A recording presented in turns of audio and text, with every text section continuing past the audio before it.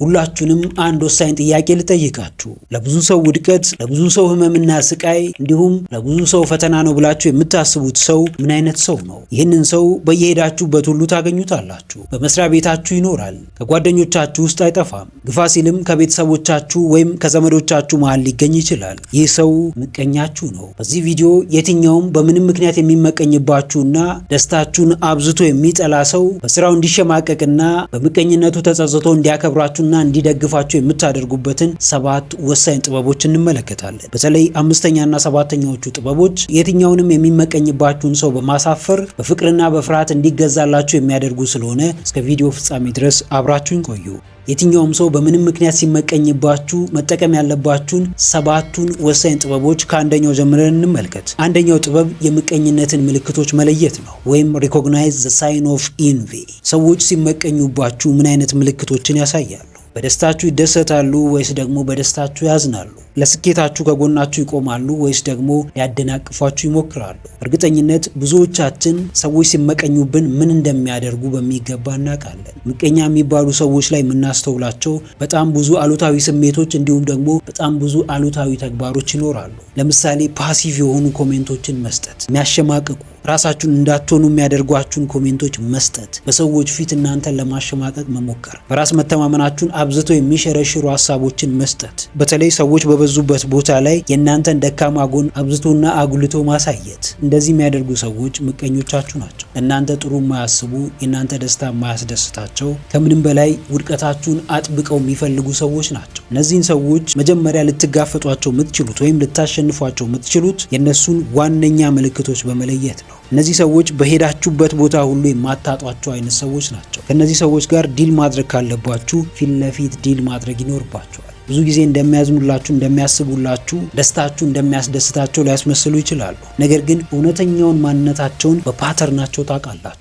ብዙ ጊዜ ከጎናችሁ ላለመቆማቸው ምንም የማያሳምኑ ምክንያቶችን ይደረድሩላችኋል። ከዛም አልፈው ደግሞ እናንተን ሊወቅሱ ይችላሉ። ሰዎችን በመውቀስ ወይም ደግሞ ሌሎች ሰዎች ላይ በማላከክ ከምቀኝነት መሸሽ አይቻልም። ለሰዎች ሀዘን ምክንያት ከመሆን መሸሽ አይቻልም። እነዚህ ሰዎች ይህንን የሚያደርጉበት ዋነኛው ምክንያታቸው ከእናንተ አንሶ ላለመታየት ነው። ከእናንተ ጋር ውድድር ውስጥ ስለሚገቡ ነው። ያንን ውድድር ደግሞ በምንም መንገድ ለማሸነፍ ነው የሚሞክሩት። እናንተ ተጎዳችሁ፣ ወደቃችሁ፣ ታመማችሁ፣ ተሰቃያችሁ የነሱ ጉዳይ አይደለም። ዋናው ዓላማቸው እናንተን ጥሎ ራሳቸውን ከፍ ማድረግ ነው። ራሳቸውን አሸናፊ ማድረግ ነው። አሸናፊነት በብዙ መንገድ ሊመጣ ይችላል። ነገር ግን ትክክለኛ ባልሆነው ሰዎችን በሚጎዳው እንዲሁም ደግሞ የሰዎችን ስሜት አብዝቶ በሚረብሽ መንገድ የሚሆን ከሆነ ያ አሸናፊነት ሳይሆን ተሸናፊነት ነው። ለዛውም ደግሞ ከሁሉም የላቀው የማንነት ሽንፈት ነው። ይሄ ከማንነት ሽንፈት መላቀቅ የምትፈልጉ ከሆነ በፍጹም ለሰዎች ምቀኛ አትሆኑ። በፍጹም ደስታን ፍለጋ ሰዎችን ለማስቀየም አትድከሙ። ምቀኛ ሰዎች እጅጉን በጣም ደካማ የሚባሉ ሰዎች ናቸው። ወይ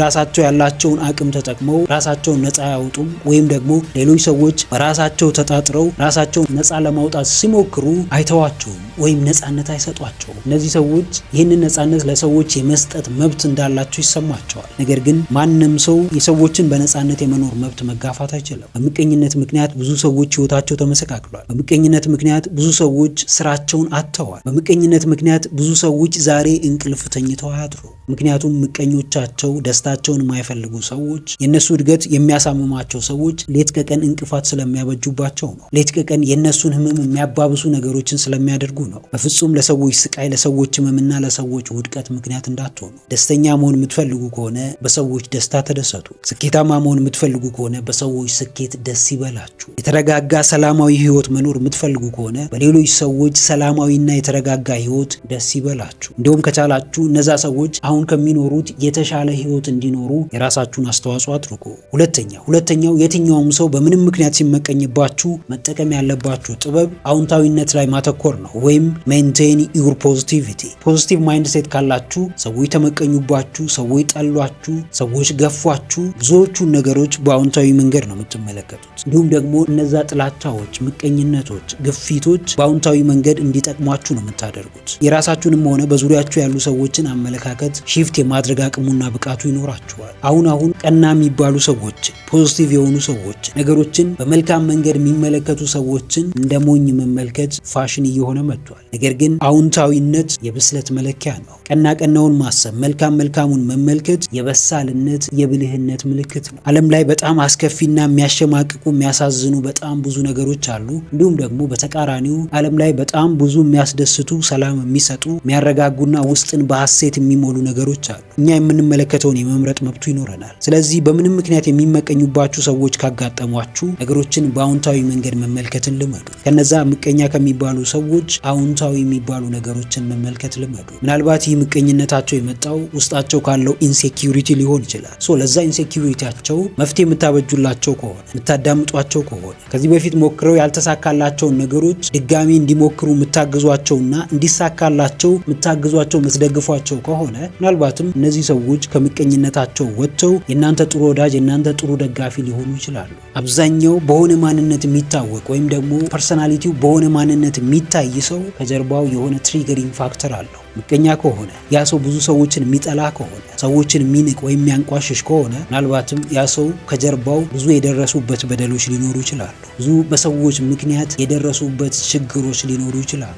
እነዚህ ነገሮች ራሱ መርምሮ ለማወቅ አዎንታዊ ማይንድ ሴት ያስፈልጋል። ነገሮችን በቀናነት መመልከት ያስፈልጋል። ቀና ልብ ሲኖራችሁ ማንም ሰው ተመቀኘባችሁ፣ ማንም ሰው ጠላችሁ፣ ማንም ሰው ናቃችሁ፣ ማንም ሰው አንቋሸሻችሁ፣ ማንም ሰው ሰደባችሁ፣ ቅድሚያ የምትሰጡት ለሜንታል ሄልዛችሁ ነው፣ ለአእምሯችሁ ጤና ነው፣ ለውስጣችሁ ጤና ነው፣ ለውስጣችሁ ሰላምና ለውስጣችሁ መረጋጋት ነው። በምቀኛ ሰዎች ምክንያት ራሳችሁን አታስጨንቁ። በሚንቋችሁ በሚያንቋሿችሁ ሰዎች ምክንያት ራሳችሁን ሰላም አትንሱት። ከዛ በላይ የሚጠቅማችሁን ነገር ብቻ ከነዚህ ሰዎች ውሰዱ። ወደፊት የሚያሻግራችሁ አቅማችሁን የሚያጎለብተው ከፍ የሚያደርጋችሁን አመለካከት ብቻ ከነዚህ ሰዎች ውሰዱ። ቢ ሴሌክቲቭ፣ መራጭ መሆንን ልመዱ። ሰዎች ስላሏችሁ ብቻ የምትሆኑት ማንነት የለም። ሰዎች ስለተናገሯችሁ ብቻ የሚጠፋ ስም የላችሁ። ስማችሁን የምትገነቡት እናንተ ብቻ ናችሁ። ማንነታችሁን ክሬት የምታደርጉት፣ ትክክለኛ እርምጃችሁን የምትወስዱት፣ የሚያዋጣችሁን ውሳኔ በየቀኑ እየወሰናችሁ ወደፊት የምትጓዙት እናንተ ብቻ ናችሁ። ምቀኛ ኖራችሁ ምቀኛ አልኖራችሁ፣ የሚወዳችሁና የሚደግፋችሁ ሰው ኖራችሁ አልኖራችሁ፣ የእነሱን ተጽዕኖ መወሰን የምትችሉት እናንተና እናንተ ብቻ ናችሁ።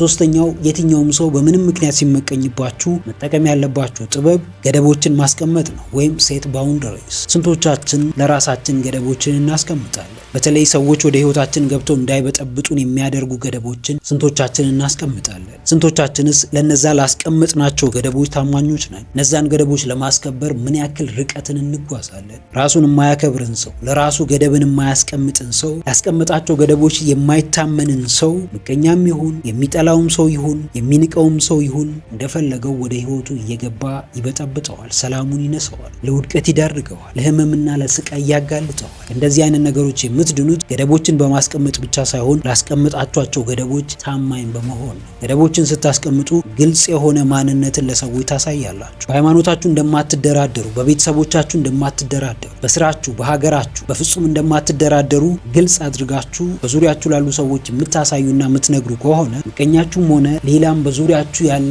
አሉታዊ ሰው በፍጹም እነዛን ገደቦቻችሁን ለማለፍ ድፍረት አይኖረው። አንድ ገደቡን በግልጽ ያስቀመጠ ሰው ሞር ፎከስ የሚያደርገው ማንነት ላይ ወይም ባህሪ ላይ እንጂ ኢሞሽን ላይ አይደለም፣ ስሜት ላይ አይደለም። በጊዜው በጣም ብዙ ስሜቶች ሊሰሟችሁ ይችላሉ። ነገር ግን እነዛን ስሜቶች ዋጥ አድርጋችሁ የምትመለከቱት ማንነታችሁ ነው። ራሳችሁ ላይ የምትመለከቱትን ማንነት ደግሞ እንዲሁ ሌሎች ሰዎች ላይ መመልከት ትችላላችሁ። ለምሳሌ አንድ ሰው እናንተ ላይ ባለው ምቀኝነት ምክንያት ሊጎዳችሁ ቢመጣ፣ የማይሆኑ ሀሳቦችን ቢሰጣችሁ፣ ተስፋችሁን የሚያጨልሙ ሀሳቦችን ቢሰጣችሁ አስቀድማችሁ የምትመለከቱት የዛን ሰው ጊዜያዊ ስሜት ሳይሆን የዛን ሰው ማንነት ነው፣ ቢሄቪየሩን ነው፣ ካራክተሩን ነው። ያ ሰው ምን አይነት ሰው ነው? ለብዙ ሰዎች ቀና አመለካከት ያለው ሰው ነው? ለብዙ ሰዎች የሚያዝን ሰው ነው? የብዙ ሰዎች ደስታ የሚያስደስተው ሰው ነው? ወይስ ደግሞ በተቃራኒው ብዙ ሰዎች እንዳይሳካላቸው እንቅፋት ለመሆን የሚሞክር ሰው ነው? ማንነቱን ከለያችሁ ስሜቱ ግድ አይሰጣችሁ። ያንን ሰው ዴፕ ዳውን ካወቃችሁት በጊዜያዊነት በሱ ላይ የሚገለጡ ስሜቶች እናንተ ምንም ትርጉም አይኖራቸው።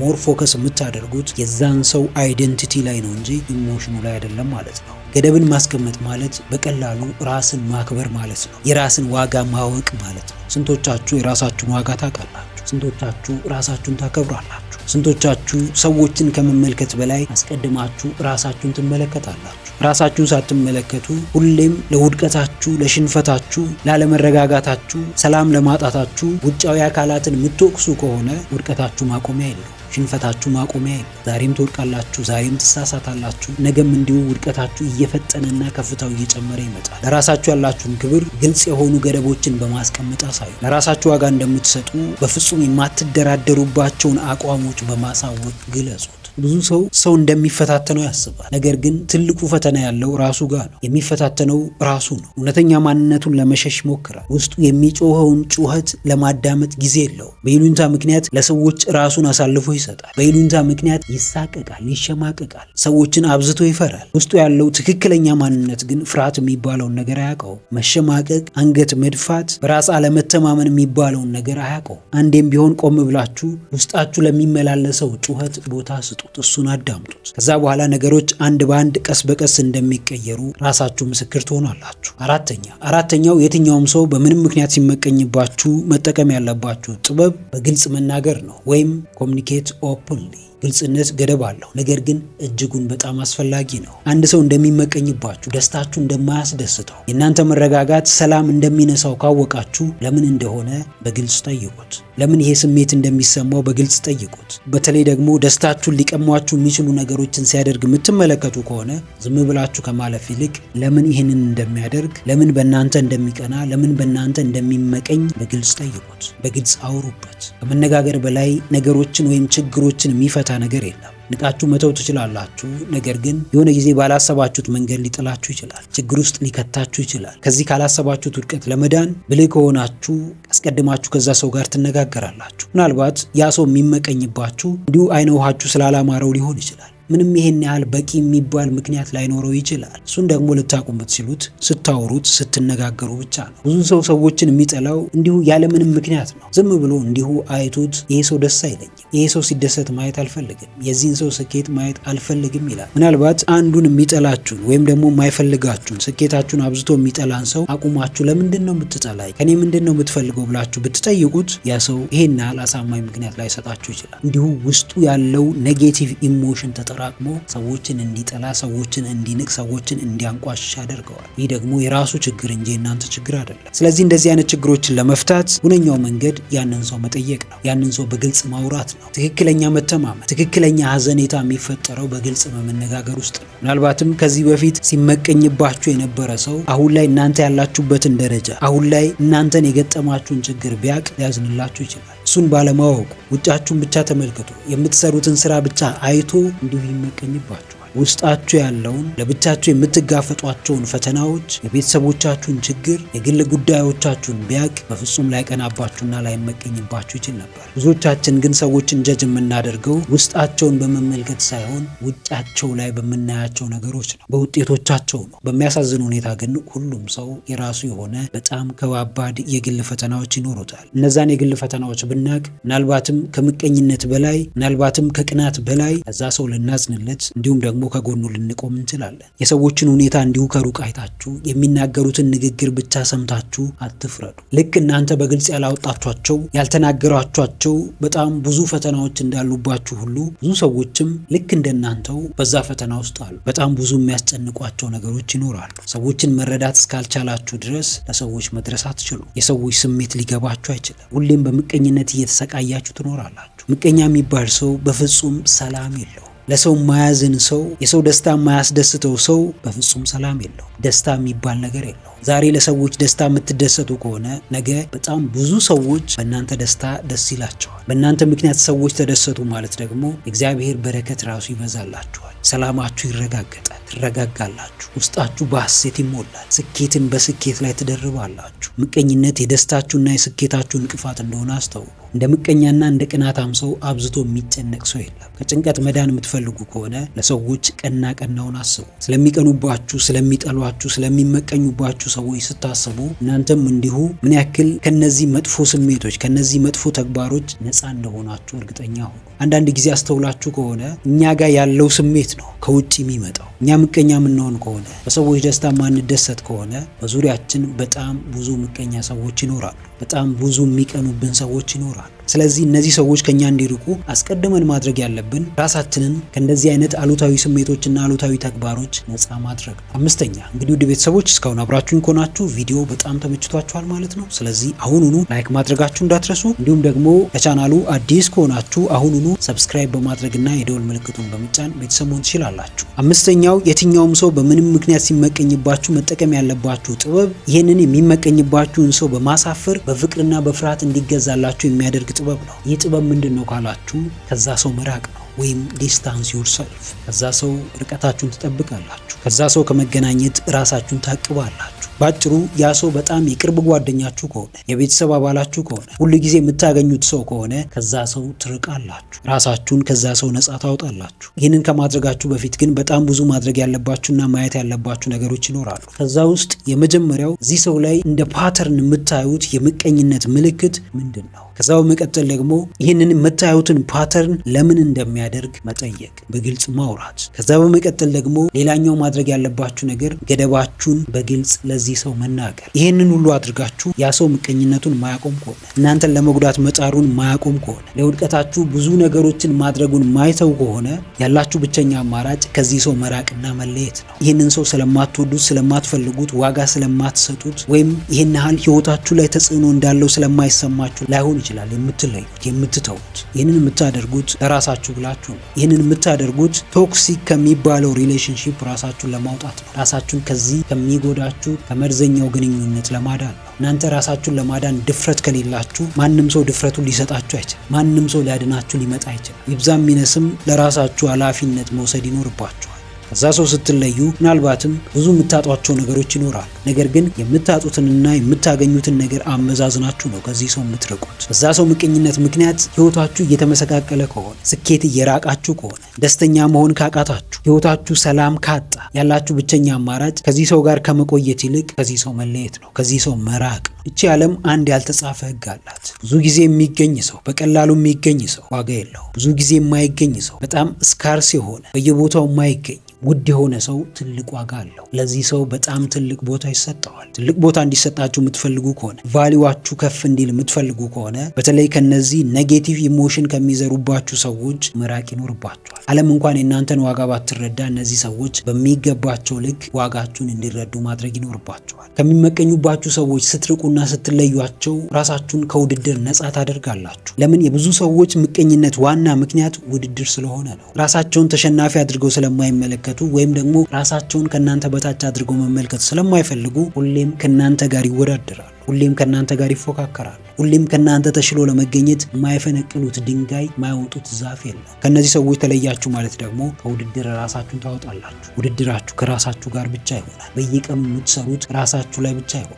ሰዎችን ለማስደሰት ወይም ሰዎችን ለመብለጥ ምንም አንዳች ሳታምኑበት የምታደርጉት፣ ሳትፈልጉት የምታደርጉት ነገር አይኖርም። ራሳችሁ ላይ ማተኮርና ራሳችሁን ማሳደግ፣ ራሳችሁን ከፍ ማድረግ፣ ህይወታችሁንም በምትፈልጉት መንገድ መምራት የምትፈልጉ ከሆነ ከነዚህ ኔጌቲቭ ነገሮች ከሚያደርጉባችሁ ሰዎች የመለየት ግዴታ አለባችሁ። የሚጠሏችሁ ሰዎች በዙሪያችሁ እንዳሉ የምታውቁ ከሆነ ወይም ያ የጥላቻ ስሜት ሁሌም የሚሰማችሁ ከሆነ ጥላቻ ውስጣችሁ ይበቅላል፣ በቀል ውስጣችሁ ይበቅላል፣ ጸጸት ውስጣችሁ ይበቅላል። በጣም ትጨነቃላችሁ፣ ታስባላችሁ። መረጋጋት የሚባል ነገር አይኖራችሁ። ከዚህ ሁሉ እንደዚህ አይነት መጥፎ ስሜት ከሚዘሩባችሁ ሰዎች ጨክናችሁ ራቁ። ከነዚህ ሰዎች ጨክናችሁ በድፍረት ተለዩ። ይህንን የምታደርጉት አንደኛ ለራሳችሁ ነው። ሁለተኛ ደግሞ ለምታስፈልጓቸው፣ ለምትወዷቸውና ለምታከብሯቸው ሰዎች ነው። የሚመቀኙባችሁ ሰዎች እንዳሉ ሁሉ በጣም የሚደግፏችሁ፣ በጣም የሚደሰቱባችሁ፣ የሚኮሩባችሁ በጣም ብዙ ሰዎች አሉ። ቢያንስ ለነሱ ብላችሁ ከእንደዚህ አይነት መርዛማ ሰዎች ራሳችሁን ማዳን፣ ራሳችሁን ማራቅ ይኖርባችኋል። ስድስተኛው የትኛውም ሰው በምንም ምክንያት ሲመቀኝባችሁ መጠቀም ያለባችሁ ጥበብ የግል ግብ ላይ ማተኮር ነው፣ ወይም ሪፍሌክት ኦን ዩር ጎልስ። የግል የምትሉት በአጭር ጊዜ ውስጥ፣ በመካከለኛ ጊዜ ውስጥ እንዲሁም ደግሞ በረጅም ጊዜ ውስጥ ማሳካት የምትፈልጉት ግብ ምንድን ነው? እዛ ነገር ላይ ማተኮር። ሰዎች ስለተመቀኙባችሁ፣ ሰዎች ስለቀኙባችሁ ወይም ሰዎች ስለጠሏችሁ ብቻ በፍጹም ችላ ማትሏቸው ግቦች ያስፈልጓችኋል። ግብ ሲኖራችሁ ለምንም አይነት ጊዜያዊ ስሜቶች ራሳችሁን አሳልፋችሁ አትሰጡ። የምትመሩት በሰዎች ጫና፣ በሰዎች ሀሳብ፣ በሰዎች አመለካከት ሳይሆን የምትመሩት በነዛ ባስቀመጣችኋቸው ግቦች ነው። አንድ ትልቅ ህልም ያለው ሰው በዙሪያው ያሉ ምቀኛ ሰዎች፣ የሚጠሉት ሰዎች፣ የሚንቁት ሰዎች በፍጹም ህልሙን ሊያደናቅፉት አይችሉም። ከዛ ይልቅ እነዛን ኔጌቲቭ ኢሞሽኖች እንደ ፓወር፣ እንደ ፊውል ነው የሚጠቀማቸው፣ እንደ ነዳጅ ነው የሚጠቀማቸው። እጅግ በጣም ትልቁ የግል ግባችሁ ላይ ስታተኩሩ የምታገኙት ነገር ሰልፍ ኢምፕሩቭመንት ነው። ራስን ማሻሻል፣ ራስን ከፍ ማድረግ፣ ራስን በብዙ አቅጣጫዎች መቃኘት፣ ክፍተቶችን ማረም፣ ችግሮችን መቅረፍ፣ ጠንካራ ጎንን በየጊዜው እያጎለበቱ መሄድ። አንድ በግቡ የሚያምን ሰው ስኬታማ ለመሆን ከምንምና ከማንም በላይ የሚያስፈልገው ሃርድ ወርክ እንደሆነ፣ ጠንክሮ መስራት እንደሆነ ጠንቅቆ ያውቃል። ሰው ስለተመቀኘባችሁ፣ ሰው ስለጠላችሁ፣ ሰው ስላደናቀፋችሁ፣ ሰው በእናንተ ህይወት ደስተኛ ስላልሆነ ወይም ሰው ስላልወደዳችሁ ሳይሳካ የሚቀር አንዳች ግብ አይኖርም። ይህ ግን ሊሆን የሚችለው እናንተ ለነዛ ለሚመጡባችሁ አሉታዊ ስሜቶች፣ አሉታዊ ተግባሮች ትኩረት መስጠት ስታቆሙ፣ እነዛን ስሜቶች፣ እነዛን ሰዎች ችላ ስትሏቸው ነው። ወደድንም ጠላንም ሁላችንም ቸልተኛ የመሆን ጥበብ ያስፈልገናል። ነገሮችን አይቶ እንዳላዩ ማለፍ፣ ሰምቶ እንዳልሰሙ ማለፍ፣ ሰዎች እኛን ደስታ እንደማይፈልጉ እያወቅን ደስተኛ መሆን፣ ሰዎች በእኛ ስኬት ደስተኛ እንደማይሆኑ እያወቅን እነዛ ሰዎች ከሚጠብቁት በላይ ስኬታማ ሆኖ መገኘት፣ ግባችንን መምታት፣ እቅዶቻችንን ከዳር ማድረስ። በየቀኑ ህልሙን የሚኖርን ሰው፣ በየቀኑ ግቡ ላይ የሚሰራን ሰው፣ ትልቅ ራዕይ አንግቦ የሚኖርን ሰው ማንም ሰው ላይወደው አይችልም። ኤክሰፕት ምቀኛው የሆነ ሰው፣ ኤክሰፕት ደስታው ማያስደስተው ሰው ካልሆነ በቀር ማንም ህልሙን በሚገባ በጥራት የሚኖርን ሰው ሊንቀውና ሊጠላው አይችልም። ራሳችሁን የምታስከብሩት ህልማችሁን በመኖር ነው። ሰዎች ከሚጠብቁት በላይ ስኬታማ ሆኖ በመገኘት ነው። ያስቀመጣችኋቸውን እያንዳንዶቹን የአጭር ጊዜ፣ የመካከለኛ ጊዜ እንዲሁም ደግሞ የረጅም ጊዜ ግቦቻችሁን ከዳር በማድረስ ነው። ሰባተኛውና የመጨረሻው ላይ ደርሰናል። ሰባተኛውና የመጨረሻው የትኛውም ሰው በምንም ምክንያት ሲመቀኝባችሁ መጠቀም ያለባችሁ ጥበብ ይህንን የሚመቀኝባችሁን ሰው በማሳፈር በፍቅርና በፍርሃት እንዲገዛላችሁ የሚያደርግ ጥበብ ነው። ይህም ጥበብ እድገትን መቀጠል ነው፣ ወይም ኪፕ ትራይቪንግ። ከትላንት ዛሬ፣ ከዛሬ ደግሞ ነገ ተሽሎ መገኘት። በስኬታችሁ ምክንያት አይናቸው የሚቀላ ሰዎች ካሉ፣ ሰላማዊና በፍቅር የተሞላ ህይወት በመኖራችሁ ምክንያት ሰላም የሚያጡ ሰዎች ካሉ፣ እነዚህ ሰዎች አብዝቶ አይናቸው እንዲቀላ፣ አብዝተው ሰላም እንዲያጡ ማድረግ። ይህንን የምታደርጉት ደግሞ በየጊዜው እድገታችሁን ከፍ እያደረጋችሁ ስትቀጥሉ፣ በየጊዜው ለውጣችሁን የሚገርም የሚያስደንቅ ለውጥ ስታደርጉት ነው። ብዙ ሰዎች ይህንን ስታደርጉ በጣም ተለውጣችኋል ሊሏችሁ ይችላሉ። ነገር ግን ለመለወጣችሁ፣ ለማደጋችሁ፣ በየቀኑ ከፍ ለማለታችሁ ዋናው ምክንያት እነሱ እንደሆኑ ማወቅ ይኖርባቸዋል። ይህንን የሚያውቁት ደግሞ ከመናገር በላይ በተግባር ያንን ነገር ስታሳዩቸው ነው። በተግባር በየቀኑ እየተሻሻላችሁ ስትሄዱ ነው። በተግባር ከአመት አመት እጅጉን በጣም የማይደረስበት ከፍታ ላይ ራሳችሁ ስታስቀምጡ ነው። ከማንም ሰው ጋር፣ በተለይ ደግሞ ለእናንተ ቀና አመለካከት ከሌለው ሰው ጋር ምንም አይነት አታካራ ውስጥ፣ ምንም አይነት ክርክር ውስጥ መግባት አያስፈልግም። ያ ሰው በጣም ያስፈልገኛል የምትሉ ከሆነ በግልጽ ከሱ ጋር ታወራላችሁ። መግባባት ማትችሉ ከሆነ ግን